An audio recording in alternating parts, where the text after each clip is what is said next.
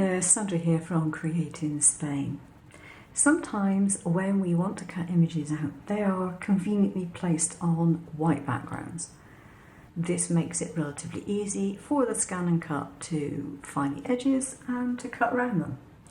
The only difficulty you might have on these sorts of things is the very spiky images and things where there are fur. That can sometimes cause a little bit of an issue. What you can do though is, if the shape allows it, you can put an offset around your trace and that will work quite well, or your scan I should say. But what if you got an image like this? I don't know if you can see it too easily on camera, but this has got a pale beige striped background. It's a delicate design. There's no very severe contrast in this image apart from the pink in the middle really. And believe me, I tried just about every trick in the book to get this to scan properly and it just won't. I tried coloured scans, I tried black and white scans, I tried putting a line around it, I tried the whole load. So, saving you the bother if you have an image like this. This is how to do it. I'll demonstrate with this one. So for example, if I wanted to cut out this rose, there's an awful lot of background noise here and possibly not that much contrast. It's not as bad as this one, but it could be. So what I did was I put a piece of plastic over the top. Now do not switch off now because you've seen people put a piece of plastic over, because this in itself did not solve the problem, which is why I'm making this video. Line up the top of the plastic with the top flat edge of the card. That is important. Right, now the first time I tried to do a line around this, I used a thin black pen. No go. None at all. It just didn't want to know.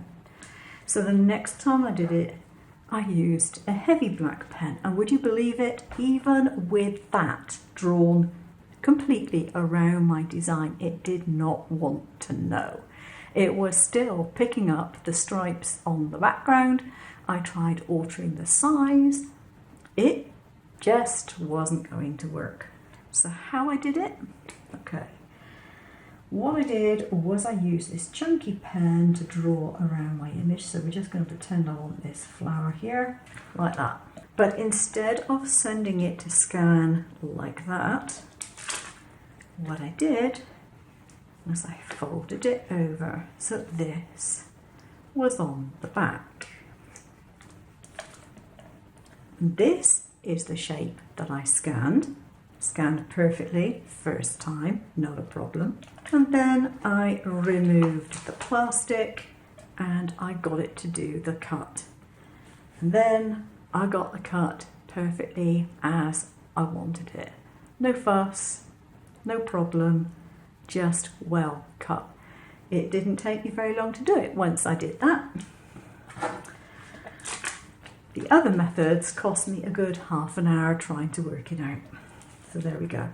That is how to do those really awkward images. Now the great thing about this, of course, is that a little bit of rubbing alcohol and your plastic is good to go.